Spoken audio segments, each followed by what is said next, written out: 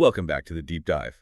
Today, we're really getting into the story of Sam Walton, the founder of Walmart and Sam's Club. Absolutely. We want to go beyond just the basic facts and look at the strategies, the innovations he used to build all this massive global business. It's huge. I saw the family's net worth is estimated around, what, $440 billion? Yeah, something like that as of early 2025. It's staggering.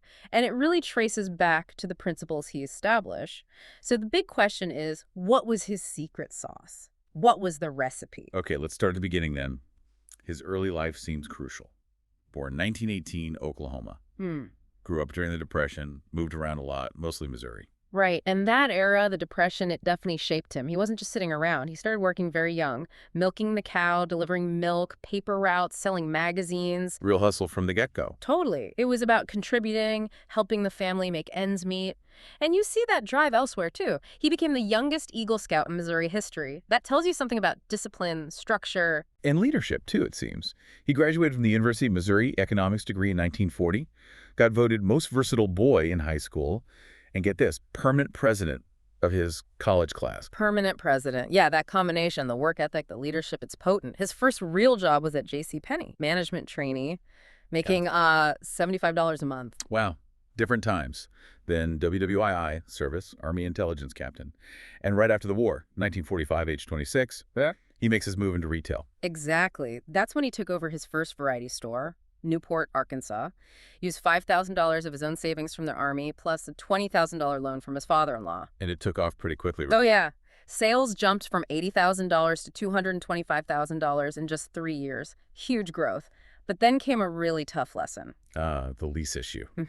The landlord saw the success and refused to renew the lease, basically kicked him out of the very location he'd built up. That must have stung. So the famous focus on owning the real estate later on, was that just reacting to this bad experience or something more strategic? I think it started as a reaction, definitely a painful lesson learned. Never be dependent on a landlord like that again.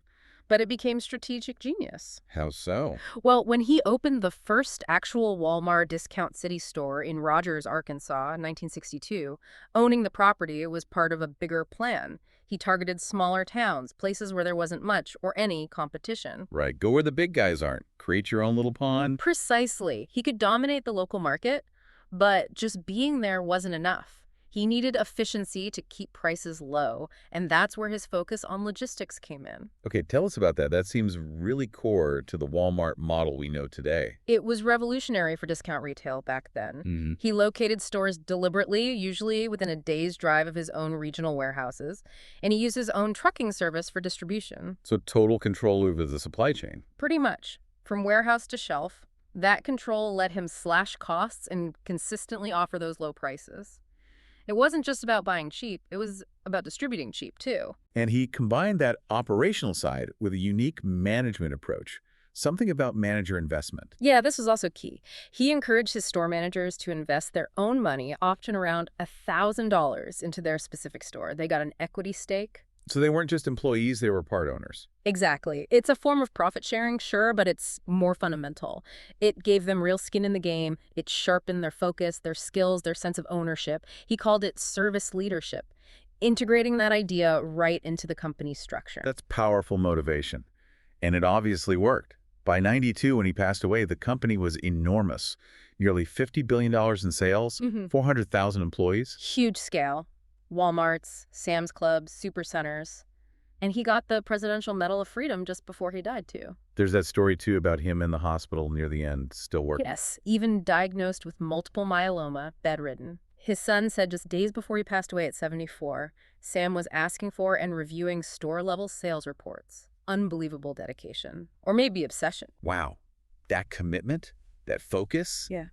It left a massive legacy. People talk about the Walmart effect. Right. That term captures the huge impact Walmart had, driving down prices, yes, but also affecting wages, pushing out competitors, fundamentally changing the economic fabric, especially in rural areas. So wrapping this up, what's a big takeaway for listeners today, for someone maybe running a business or think about starting one?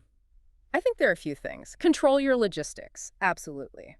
Own your key assets if you can, like Walton learned, and find ways to give your key people real skin in the game. Makes sense. But maybe the most provocative thought to leave you with is about that initial strategy, dominating smaller, underserved markets first. Think about that. Where are today's small towns? Maybe they're niche online communities or overlooked customer segments. Where can you build dominance before the giants even notice you're there?